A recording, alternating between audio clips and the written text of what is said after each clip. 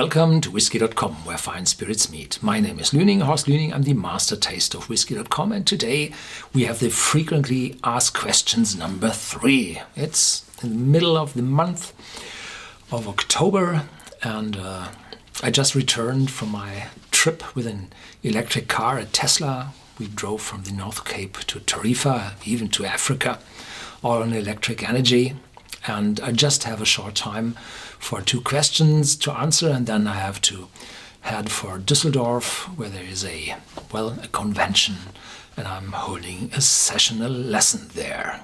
So the first question is, what about the oldest distilleries in Scotland? Which are the oldest? What is the oldest? Which belong to the class of the oldest distilleries in Scotland?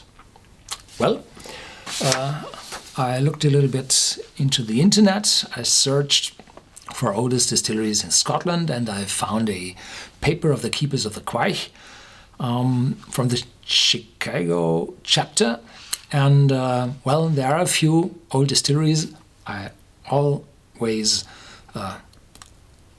if I see old dates on bottles, old vintages, or no, vintage is the wrong word, an old age of the distillery on a bottle, then I always mention it here in front of the camera, typically Bowmore, which is from 1779. Here's the miniature of Bowmore.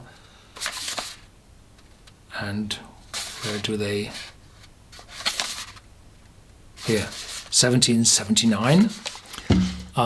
Then there is Strathyla, 1786, Balblair, 1790, and I know of Glenturret, 1775, and Glengarry, 1797. So we have 5 of them in Scotland in the moment which are producing. Well, is that true? Who says that those dates are correct?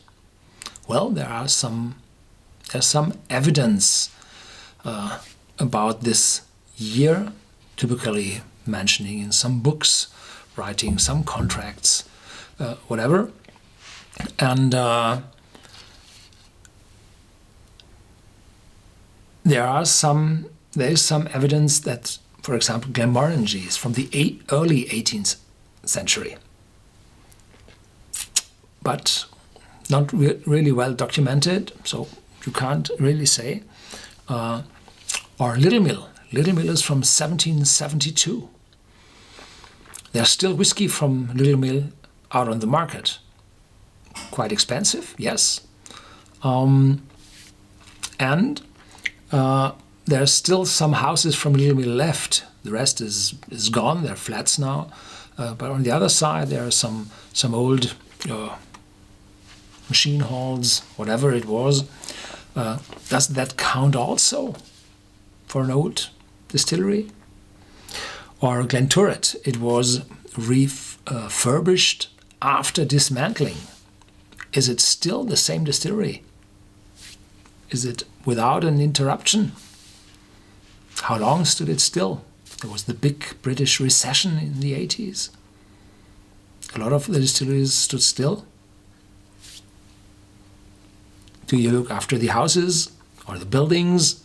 Do you look after the equipment? Lately I had a look into the archives of Diageo, of the old pictures of their old distilleries, and there was a picture of Lagavulin. The distilleries looked completely different. So they changed them some decades or a century ago. I don't know. Is it still the same distillery if the pot still shape changes? Who knows which of those distilleries had changed the shape of its stills? Well, so I would say those 5 distilleries, yes, they are old. They have some heritage. There are old buildings to see. Yes. But would I prefer a whiskey of those distilleries over another because they are old, the former times, the good old times where everything was worse? No. I would look after the taste and not after the year. But marketing says old is better in terms of whiskey. And then a conflict arises. Who had the first whiskey distilled in the world? Yeah. The earliest historical reference to distilling in Scotland, this is from Wikipedia, appears in the Scottish Exchequer Rolls for 1494. They had 500 years of Scotch whisky in 1994, where there is an entry of 8 balls of malt to Friar John Carr, wherewith to make aquavitae. So this is a documented production of whiskey in 1494 in Scotland. A bowl was an old Scottish measure of not more than 6 bushel, and 6 bushel is equivalent to 152.4 kilograms, roughly 300 pounds, enough barley to make 1,500 bottles. The first reference for in Parliament, documented, appears in 1690. Where the famous Farintosh, owned by Duncan Forbes of Culloden, was mentioned. So, 1690. There's the old Bushmills distillery, which belonged to the United Kingdom, or still belongs to the United Kingdom in Northern Ireland. In former time, before the War of Independence of Ireland in 1920, 1921, everything belonged to the United Kingdom, and Alfred Barnard, in the late 19th century, visited nearly all, or say a lot, of whiskey distilleries in Scotland by train. It was newly built, all the railways, and where he can't go by train, he took the cab. Well, horses in front. And he stated, or he said, that there was an evidence of, in the year 1743, that there was a distillery there in the county of Etham, I think it's called, where Bushmill resides. And this distillery was in the hand of smugglers. Then they found a paper, a license, which granted Sir Thomas Phillips the right to distill in 1608 by King James I. And so the date 1608 is printed on every label of Bushmills, of a bottle of Bushmills whiskey, showing that there was a license. Well, it wasn't Old Bushmills itself, it was a distillery in this county.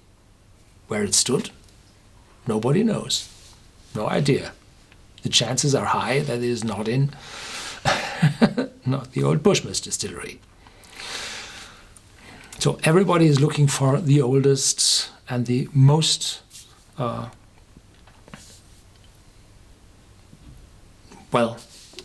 oldest and the most distinctive evidence and proof that there was something old in the past, and they are going with the heritage. Yes, oh yes, the whiskey is old. If there's no age statement on a whiskey, it's at least 3 years old. Yeah.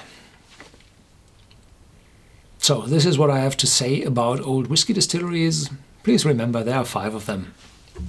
And how old they really are, I don't know. And a lot of other distilleries might have a long, long history, which is buried by the centuries. Next question was the question about whiskey and cigars. And sorry, I'm lucky, I'm no smoker. I never smoked in my life. And I feel very, very uncomfortable with smoke, with burnt tobacco smoke in the air. I'm not against a peated whiskey, where all these phenol aromas are into solution and a lot less of them than in the smoke. of a cigar or a pipe or even cigarettes. If you do not inhale a cigar, I was told, then you do not get these probably carcinogenic substances into your lung. But there are some statistics that smokers of cigars and pipes die early because there's a lot of carbon monoxide in the air, not complete combustion inside the cigar or the pipe. And this carbon monoxide attaches to the blood cells where typically the oxygen adapts, and so these carbon monoxide is poisoning yourself, and therefore they have more problems regarding heart attacks. This is sad. Cancer with smoking, okay, passive smoke. A cigar produces a lot of smoke around you. So this is the thing about the health of smoking. Well, if you drink too much whiskey, not good for you. But it's said every cigar or cigarette harms, but only whiskey too much harms. So a little bit is statistically proven is good for you. Look up the works, the publishings in the internet. The University of Boston. Yeah, they have a lot of it. I'm also allergic. Some trees, early blooms. And if you have this fine dust from cigars or pipes or cigarettes, and they attach to the sticky pollen of the blooms, and they attach to your mucosa, then I feel really bad. So smoking, even sitting beside somebody smoking, is no good idea for me, and therefore I have bad associations, and therefore please do not let me tell you about whiskey and cigars. I have a thought about it, and this means if you have a single whiskey, then you have a single product to judge over. But if you're starting to combine, then it's not only the single product, but the combination of multiple products. So a drink or a cocktail which is mixed is a combination of several aroma, smells, and therefore you rule about the whole thing, not the single things between. And if you now have whiskey and cigars, you might have in your bar 20 bottles of whiskey, 5 to 10 different cigars, then you have the possibility of 100, 200 combinations. Which of those is the preferable? Which is repeatable by others? So I always say that there's only one God to pray to.